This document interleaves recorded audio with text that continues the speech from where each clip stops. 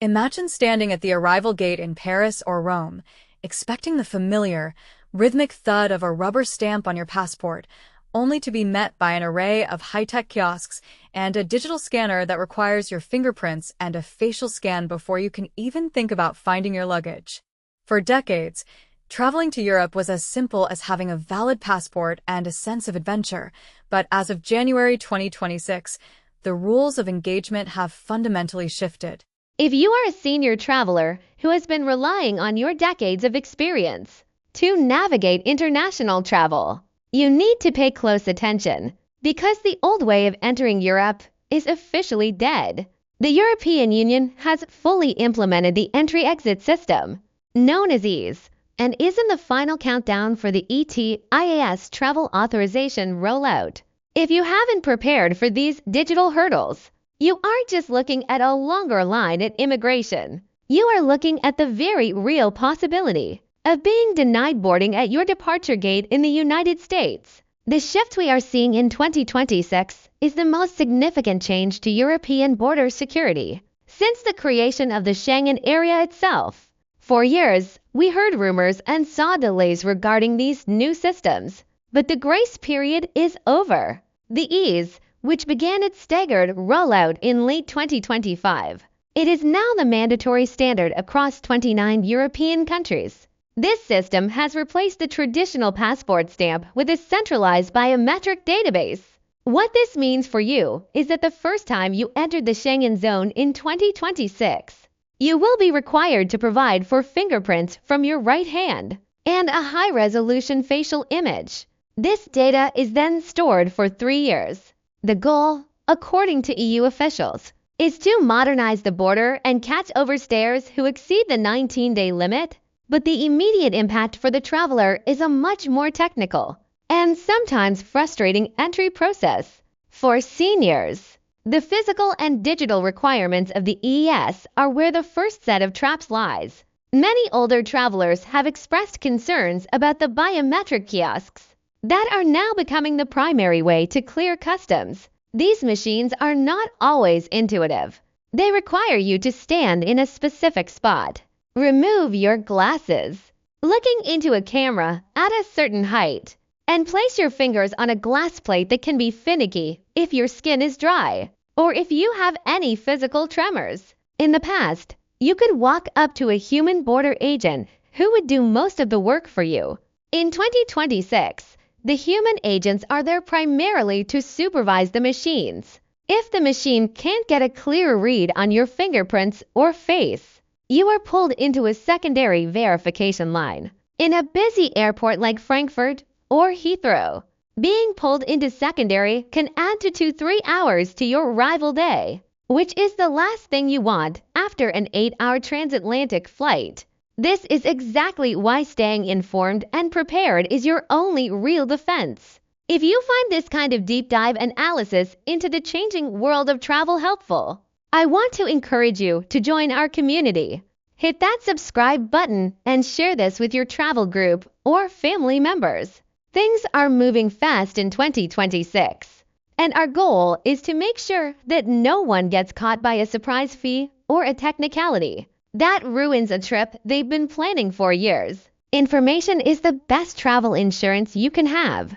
Now, let's look at the second major hurdle of 2026, the European Travel Information and Authorization System, or ETIAS. While the EASE is about what happens when you arrive ETIAS is about what you must do before you even leave home. Starting in the final quarter of 2026, American citizens will no longer be visa-free in the traditional sense. You will need a digital travel authorization. It is essentially the European version of the American ESTA program.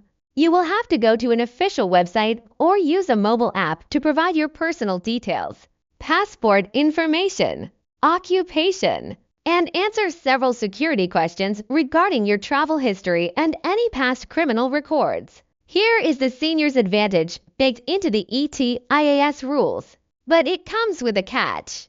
The standard fee for an ETIAS application is €20, roughly $22 to $23, But if you are over the age of 70, the fee is waived. However, being exempt from the fee does not mean you are exempt from the application. You still have to complete the entire digital form, and your authorization must be linked to your passport before you arrive at the airport. In 2026, the airlines are legally required to verify your ETIAS status 48 hours before departure. If you show up at the check-in counter in New York or Los Angeles without a valid ETIAS, the system will not allow the agent to issue your boarding pass. There is no paying at the gate. It is an absolute requirement for boarding. The 2026 ETIAS application process is designed to be fast, with most approvals arriving via email within minutes. But if your application is flagged for manual review, perhaps because of a name similarity to someone and a watch list or a discrepancy in your past travel records, it can take up to 30 days to resolve. For a senior who might have a very common name or who has traveled extensively in the Middle East or other regions in the past, the risk of a manual review is higher. My best advice for 2026 is to apply for your ETIAS at least 6 weeks before your trip. Once approved, it is valid for 3 years or until your passport expires, whichever comes first. This means if you have to renew your passport in early 2026, do that before you apply for your ETIAS, or you'll have to pay for a new authorization immediately. Speaking of passports, the 6-month rule has become even more strictly enforced under the new digital systems.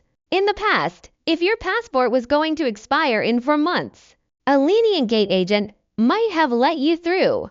In 2026, the EES and ETIAS systems are programmed with hard dates. If your passport expiration date is within 6 months of your planned departure from Europe, the system will automatically flag you as non-compliant. Seniors often fall into the trap of thinking their passport is good until the date printed on the page. But for European travel in 2026, you should consider your passport expired 6 months before that date. If you are planning a Christmas market trip in December 2026 and your passport expires in March 2027, you need to renew it now. We also have to discuss the digital literacy gap that the EU is banking on. To make this system work, they want everyone to use the official ETIAS mobile app to manage their travel data. While this is convenient for some, it can be a source of major stress for others. In 2026, we are seeing a rise in third-party scams. These are websites that look like official government portals, but charge a processing fee of $60 or $80 on top of the actual ETIAS cost. For seniors, these sites are particularly dangerous because they often rank high in search results. Remember, if you are over 70, the ETIAS is *free*. If a website is asking you for money for the authorization itself, you are on a scam site. Only use the official Europa EU domains. Another 2026 change that is catching seniors off guard is the no stamp policy. For many of us, the passport stamps were the best part of the trip, a physical record of where we'd been. But the EASE has completely digitized this. You will no longer receive a physical ink stamp in your book when you enter or leave France, Germany, or Spain. While this saves space in your passport, it also means you no longer have a physical reminder of exactly when your 19-day limit is up. In 2026, the burden of tracking your Schengen days is entirely on you. The EES system keeps a digital clock running, and if you stay for 19 days, the system will automatically flag you as an overstayer.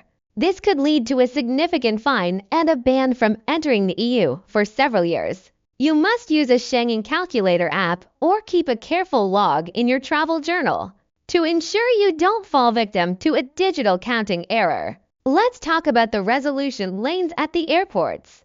Because 2026 is the year of full implementation, the airports are still working through the bugs. We've seen reports of the biometric kiosks failing to recognize people who have had significant facial surgery, or even just changes in their appearance due to weight loss or aging. If the kiosk rejects you, don't panic. You'll be sent to a human intervention desk. For my senior viewers, my advice is to always travel with a printed copy of your ETIAS approval and a paper copy of your travel insurance that clearly shows medical coverage in Europe. While the system is supposed to be digital, when the computers fail, the agent will want to see paper proof. In 2026, the most successful travelers are the ones who are digitally prepared but paper-backed.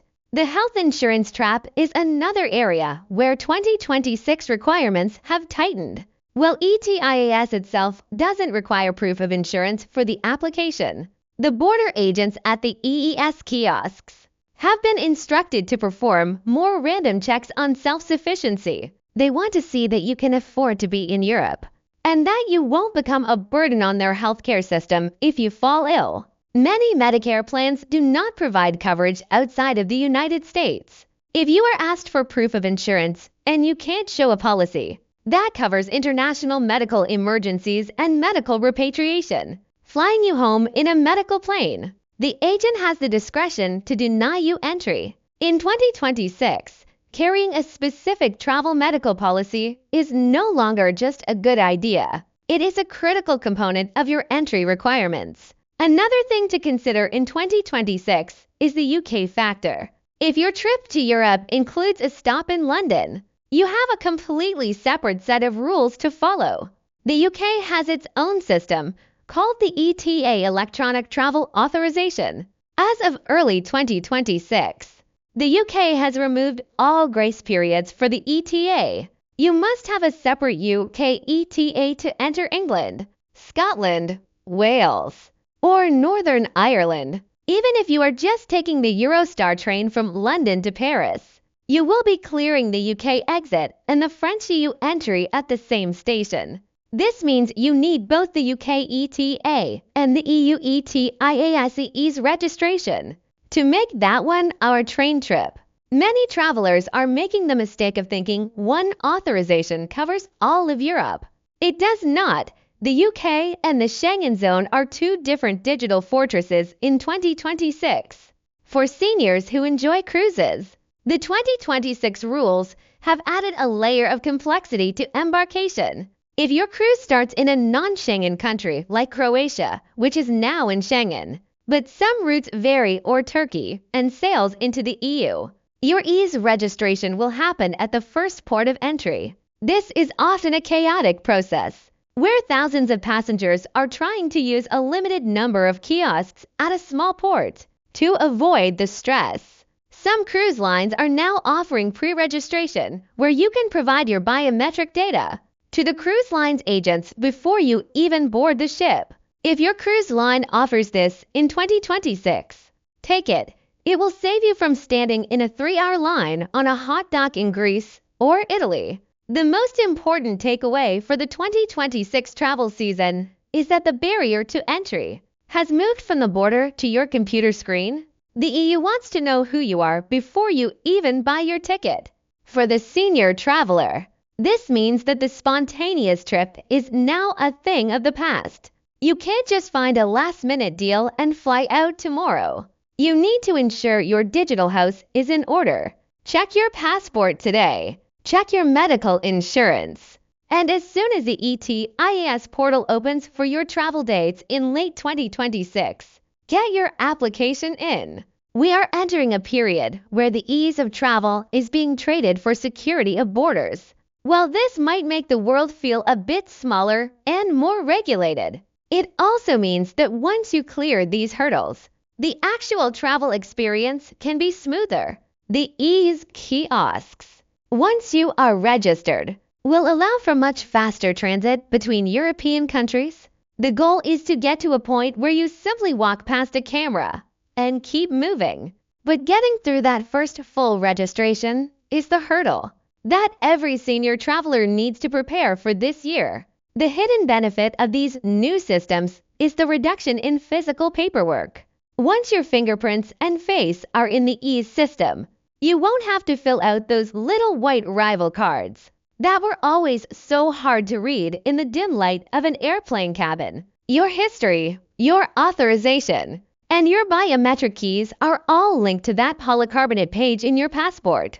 It is a high-tech world, and while it feels different, it is something we can all master with a little bit of foresight. As we look towards the peak summer and fall travel seasons of 2026, keep an eye on the news regarding technical delays. The EU has been known to push these dates back if the infrastructure isn't ready.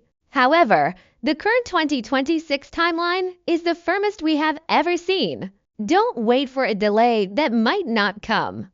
Assume the rules are in place and act accordingly. The traveler who is prepared is the one who will be sitting in a Parisian cafe or a Tuscan vineyard, while others are still arguing with a kiosk at the airport. I want to know what your biggest concern is regarding these new rules. Are you more worried about the digital application for ETIAS? Or is the biometric fingerprinting at the airport the part that makes you uneasy? Or maybe you've already encountered some of these new kiosks in your recent travels and have a tip to share? Drop a comment below and let's talk about it. Your experience is what makes this community so valuable for everyone else trying to navigate the 2026 travel landscape. Let's make sure we all keep exploring the world without the stress of being caught off guard.